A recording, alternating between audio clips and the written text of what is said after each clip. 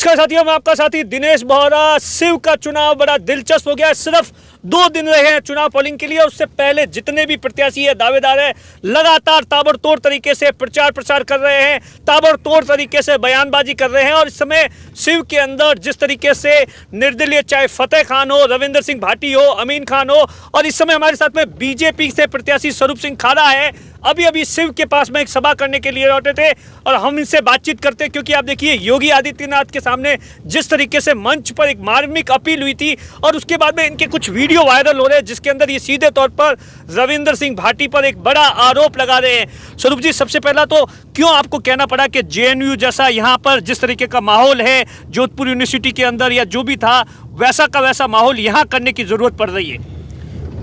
देखिए, धर्म, संस्कृति और राष्ट्र को नेस्तनाबूद करने वाली कांग्रेस तो वैसे हमारे सामने खड़ी ही है।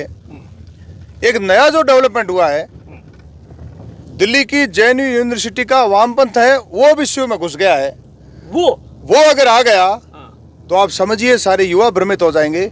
जिन माँ बाप ने युवाओं को जन्म देने के बाद में पाल पोस के बड़ा किया, मलमूत्र धोकर के बड़ा किया, नौकरी लगाया, वो माँ बाप को कह रहे हैं कुछ युवा कि आपको पता नहीं हम ठीक चुनाव कर रहे हैं, ठीक मतदान कर रहे हैं। अच्छा, तुम्हारे को पता नहीं है? तुम्हारी उम्र 20-22 साल की है, तुम्हारे माँ बाप की 60-70 साल की उम्र है, उन्होंने कई कष्ट सहन किए, कई परिस्थितियों को झेला है, उनको ये भी पता नहीं है कि हम मतदान कहाँ करें। तो ऐसी ये दिल्ली वाली जेएनयू की वामपंथ संस्कृति जो घुसी है, ये इस सीमा को खत्म कर देगी, इस बॉर्डर की संवेदना को समाप्त कर देगी। क्योंकि ये बॉर्डर की विधानसभा है और भारत का पहला ये विधानसभा क्षेत्र शिव है। इसलिए यहाँ का सरल व्यक्ति, एकदम कहते हैं ना भगवान का मनक, ऐसे सरल व्यक्तित्व के लोग, उनको यहाँ के ये जो जेएनयू वाली कल्चर है वो समाप्त कर देगी, दिल्ली वाली कल्चर है समाप्त कर देगी। इसलिए मैं तो इस यहाँ की संस्कृति, धर्म, माँ बेटी का सम्मान, उसके साथ में मूलभूत सुविधाएं, सारे विषयों को लेकर के बड़ा गंभीर हूँ।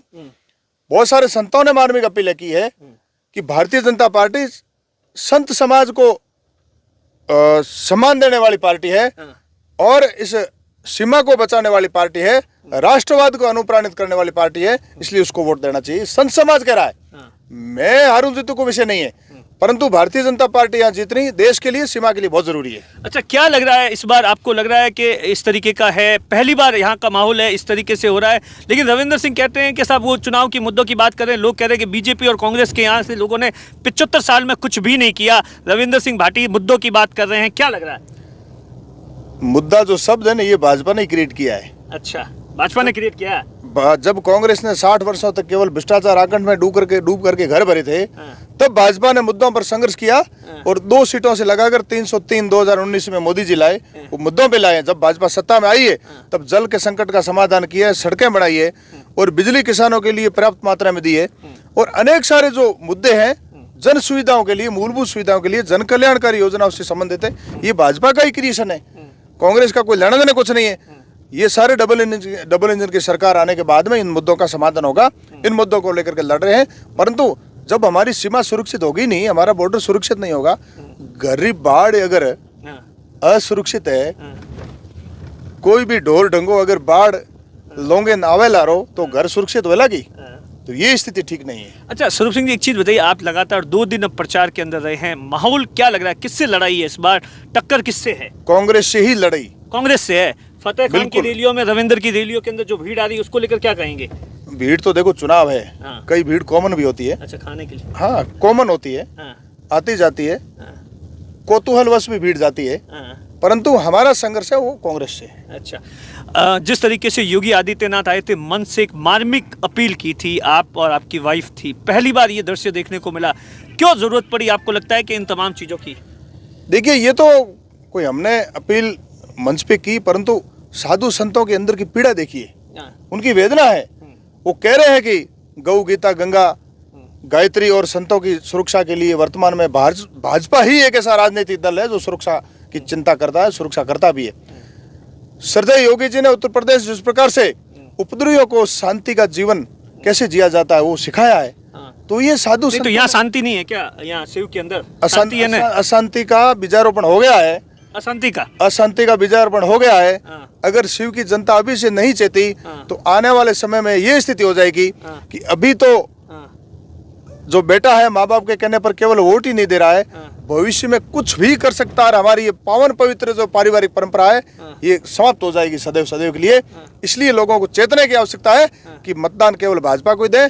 भाजपा ही सर्वांगीण चिंतन करती है और बहुमुखी विकास के प्रति संवेदनशील लोग कह रहे हैं कि निर्दलीय ज्यादा विकास करेंगे, ऐसा है क्या? निर्दलीयों में इतिहास में कितना क्या किया वो सब जानते हैं। पार्टियां बड़ी होती है, पार्टियों के बीच वो व्यापक संगठन होता है, एक लंबी चौड़ी कार्यकर्ताओं की फौज होती है, पार्टियों का अपना चिंतन दर्शन होता है, पार्टियों की दिशा होती है, तो पार्टियां ही सब कुछ करती है। वहाँ एक सामूहिक चिंतन होता है, व्यापक स्तर पर होता है। देखो निर्दलीय एक व्यक्ति होता है, वो व्यक्ति कल क्या करे कहाँ जाए उसका कोई भरोसा थोड़ी है।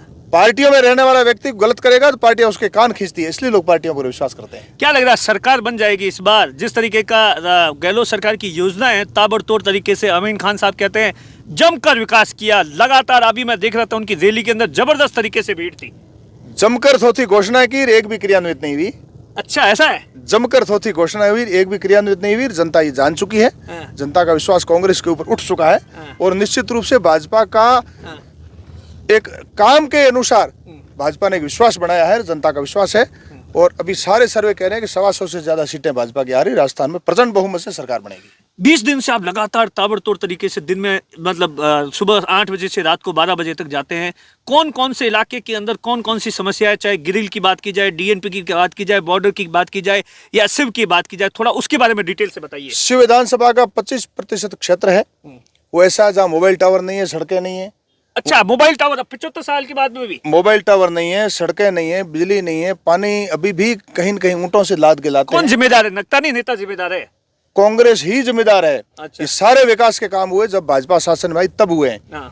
आदरणीय हरि सिंह जी विधायक थे, उस समय जलदाय मंत्री आदरणीय भंवरलाल जी शर्मा थे। उनको बॉर्डर पर जिप्सी पे ऊंटों पर ले जा करके वहाँ समस्या कहने, उसमें भी वहाँ पानी भी आया, सड़कें भी बनी। उसके बाद में जब भाजपा सत्ता में आई, जो विधायक रहा उन सबने विकास किया, परंतु कांग्रेस ने कुछ नहीं किया। ये 5 साल तो आदरणीय अशोक जी, आदरणीय सचिन जी ने दोनों रस्साकसी में निकाल दिए 5 स्टार होटलों में। यहाँ तो विकास तो छोड़िए, इनकी लड़ाई में 5 साल निकल गए। मैं उस दिन अमीन खान साहब का इंटरव्यू ले रहा था, उन्होंने बताया कि बोले जब मैं विधायक था पहली बार बना, उसके बाद में बड़ा चेंज आ गया है यहाँ पर, बड़ा मतलब जबरदस्त तरीके से कामकाज हुआ है, इसीलिए लोग मुझे चाहते हैं। हाँ, वो सही कह रहे हैं, भाजपा के राज में कामकाज हुआ है, बहुत चेंज आया है, लेकिन अब वो कह रहा है कि मेरे बस की बात नहीं है, वो कह रहे हैं तो बिल्कुल स्वरूप सिंह जी का क्या सपना है शिव को लेकर? इन 15 दिनों के अंदर क्या आंखों से देखा है जिसे साकार करना है? देखिए, सबसे बड़ा मेरा जो संकल्प है, जल के संकट का समाधान करना, बिजली किसानों को नहीं आती उस बिजली की भी सुविधा करना, सड़कें जर्जर वो बनाना, स्कूलों में अध्यापक नहीं है, चिकित्सालयों में चिकित्सक नहीं है, दवाई नहीं, उसकी व्यवस्था करना, डीएनपी से मुक्ति दिलाना। बाहरी बहुत सारी यहाँ सोलर विंड की कंपनी आई है, उस सारी कंपनियों में स्थानीय युवाओं को रोजगार लगाना, ये मेरा संकल्प रहेगा। हाँ। महिलाओं के लिए क्या कहना चाहिए? बड़ा वोट बैंक है जहां पर रविंद्र सिंह भाटी की नजर है, लगातार महिलाओं की भीड़ आ रही है, उनके लिए इस बार बड़ा डिसाइडिंग बोलते हैं कि इस बार का जो चुनाव है वो महिलाएं डिसाइड करेगी।